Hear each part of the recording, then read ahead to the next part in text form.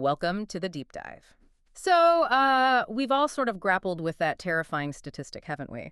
The 85, maybe 90% job displacement predicted by, what, mid-century? Yeah, it's a headline grabber. Right, and we get the consumer paradox, too. You Yeah. know, robots making everything, but then, well, who has the money to buy any of it? Exactly. But I think the real story, the one we need to dive into today, isn't just the unemployment figure. It's the potential collapse of the entire economic system. So the big question, the one these sources are really forcing us to look at is what actually replaces capitalism when money itself, breaks down? That really is the inflection point, isn't it? Yeah. Whatever system comes next, it dictates everything. How resources get allocated, where power lies in a world mostly without jobs, Yeah. and maybe most uncomfortably, whether the vast majority of people, the ones deemed economically obsolete, whether they even have a place. The stakes are just immense. Couldn't be higher. Yeah. Okay, so our mission today, let's lay it out.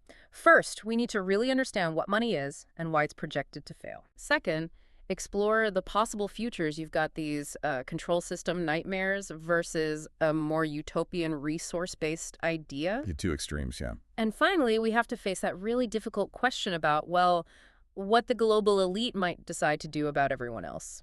Let's start with money then, because people think paper or digits on a screen, but that's not really it. Fundamentally, money is Yeah. it's information.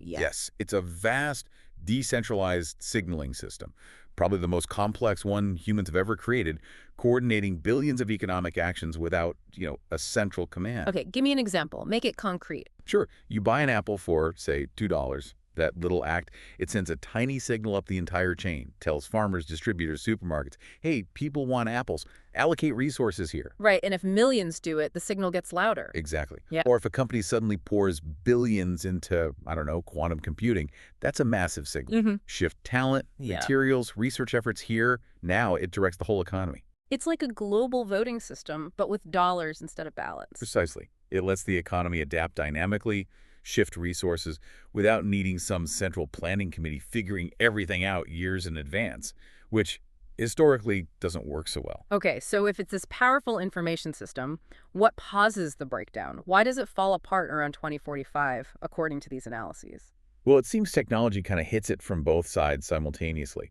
On the production side, you get this concept of near zero marginal cost. Meaning, Thanks to advanced robotics, AI, maybe even things like molecular assemblers down the line, the cost to produce one more unit of almost anything, a car, a house, medicine, drops almost nothing. because there's no human labor involved in that extra unit, right? Just the machine running again? Exactly. Infinite supply, practically. But here's the rub. The same tech creating that abundance, it wipes out the demand side. Ah, the job displacement. Right. The consumption side gets decimated because, well, 85 or 90% of people don't have jobs. They don't have income. And money needs people with purchasing power to send those signals you mentioned. Yes. If most people can't participate in the market, the price signals become meaningless, static. There's no information there. The whole coordination mechanism of capitalism just dissolves. It stops distributing resources effectively. Okay. So market fails. And that's when politics or some form of control has to step in to decide who gets what. This is where it gets dark. It potentially gets very dark, yes. Because if the system is rebuilt after that collapse, and you have this vast population that is, from a purely economic standpoint, obsolete, the control systems that could emerge are, frankly, terrifying. Let's start with the one everyone talks about, UBI, Universal Basic Income. Sounds okay, right? A safety net. On the surface, maybe. Huh. But the sources we're looking at warn that in a post-labor economy, UBI isn't benevolent charity. It's potentially a tool of control. Wait, but why is it different from, say, existing welfare? Governments already provide support. What makes this UBI potentially more controlling? The leverage, or rather the complete lack of it. In the past, even people relying on support could theoretically work. They could organize, strike, protest.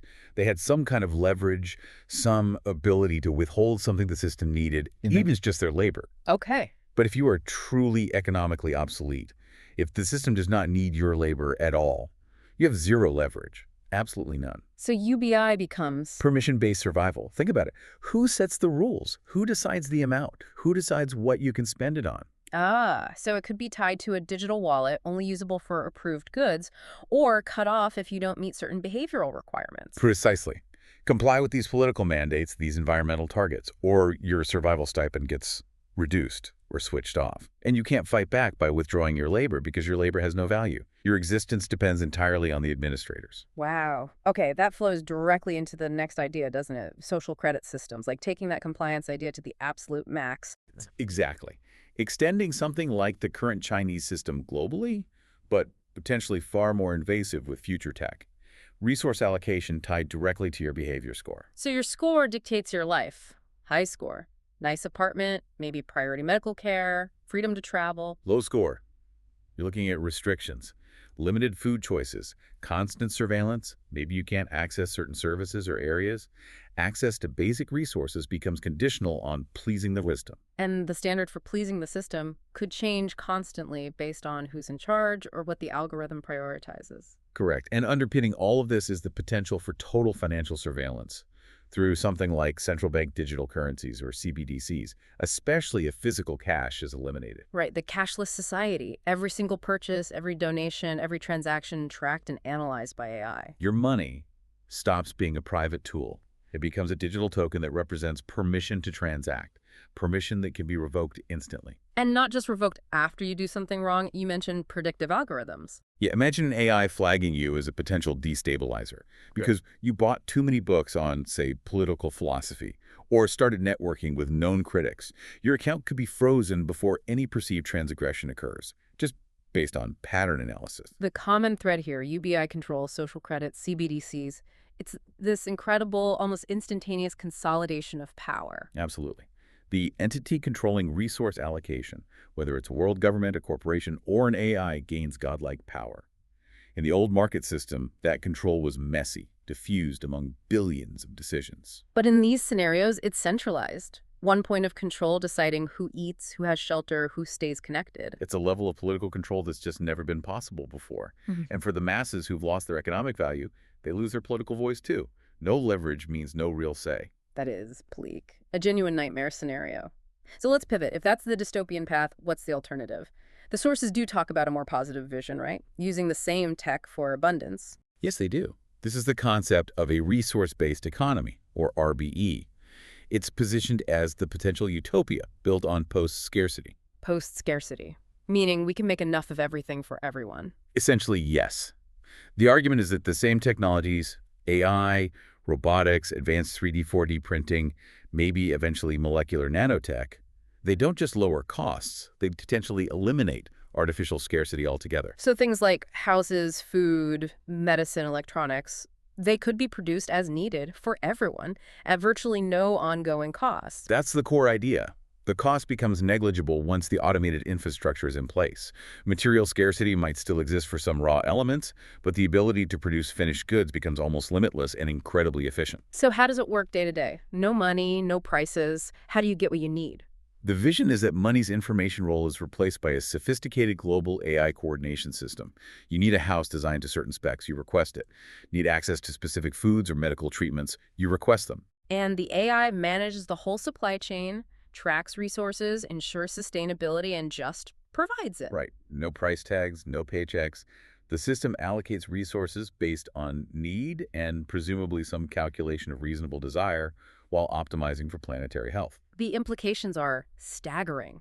Poverty, hunger, homelessness, potentially eliminated. Preventable diseases, gone, because cost isn't a barrier. Even environmental damage could be massively reduced, right? The profit motive driving waste and planned obsolescence disappears. You build things to last, to be recycled efficiently. And human potential. If you don't have to spend your life working just to survive, what do people do? That's the utopian promise. Creativity unleashed. People pursue arts, science, exploration, personal growth, community building because they can, not because they have to earn a living.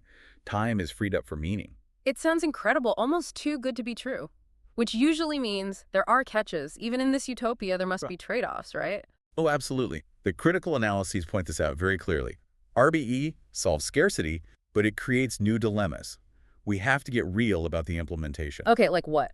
What are the big problems with RBE? Well, first, the moment you remove prices, you remove the main way we signal value and allocate scarce things. So how do you define reasonable wants versus needs? Right. Everyone gets a sustainable house, sure. But how big? Can I request 3 custom-designed houses just because I want them? Who decides where my desire crosses the line into straining resources? Exactly. Some entity, likely the central algorithm, has to make those calls.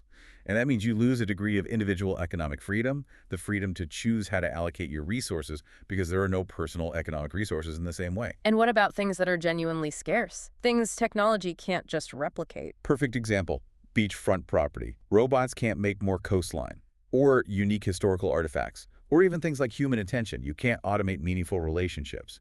So how do you allocate those desirable, limited things without prices? If everyone wants to live in that one perfect spot or own that unique piece of art, how does the benevolent algorithm choose? It can't be based on who can pay. It has to use other criteria. Maybe a lottery, maybe merit, maybe seniority, but someone or something is making a choice that creates winners and losers, just like the market did, but potentially less transparently. And that leads back to control, doesn't it? Even if it's a benevolent algorithm, whoever programs and maintains that algorithm holds immense power. The power to define fairness, need, reasonable. That's the core risk. You trade market chaos and inequality for algorithmic centralization. You gain security, potentially abundance for all, but you sacrifice economic autonomy. You can't save, invest, or make economic choices outside the system's parameters. It really forces you to ask, is total security worth giving up that individual economic sovereignty? Can innovation truly thrive on a massive scale without the profit motive pushing people to take huge risks and coordinate complex projects? And can human psychology even handle unlimited access without struggle? Does it lead to fulfillment or just cosmic boredom? Big questions. Huge. Okay, so we have these 2 paths. The dystopian control systems and the utopian RBE with its own complex trade-offs.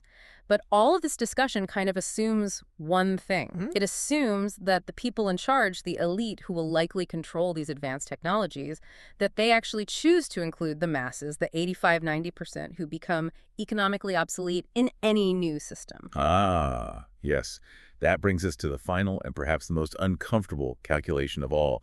The sources point to 2 fundamentally different potential endgames for the ruling class. When they control the automated means of production and simply don't need most people's labor or consumption anymore. Okay, lay them out. Option A is, well, let's call it managed population reduction. Sounds ominous. It is. The cold logic, stripped bare, goes something like this. Why bear the massive resource cost and complexity of supporting 8 billion people who contribute nothing economically when technology allows you to maintain an unparalleled paradise for, say, 1 billion? So the elite, the enhanced, the essential engineers and administrators, they keep the spoils for themselves. And perhaps a necessary servant class. History isn't exactly full of examples where powerful groups voluntarily shared resources when they weren't forced to, by mutual dependence. The methods could range from just benign neglect, letting systems fail for the majority, to more active resource restriction, managed decline. Okay, that's grim. What's option B? Option B is universal uplift. This is the moral choice. The idea that because technology makes it possible to bring all of humanity into post-scarcity abundance, we should. Driven by ethics? Or maybe self-preservation? Could be both. Perhaps a genuine belief that it's the right thing to do, or perhaps a pragmatic fear that leaving billions of desperate, obsolete people outside the gates is just too dangerous, too destabilizing, even for a technologically shielded elite. But this would be unprecedented historically. Completely.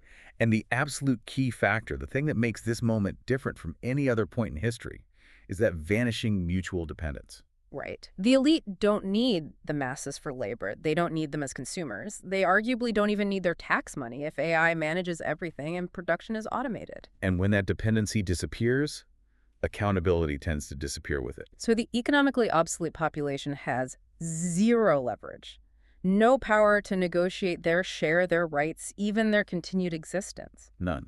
Their fate rests entirely on the choices made by those who control the technology. So it feels like the question isn't just what system comes next or will they choose the good path or the bad path. It's something deeper, darker. I think it builds towards something more primal, yes. We have to confront the starkest calculation. Okay, let's hear it. If you are part of that future elite, controlling near infinite productive capacity, and you look at the 85 or 90% of humanity, They serve no economic purpose in the new paradigm. They consume resources. They don't contribute measurable value back into the system you control.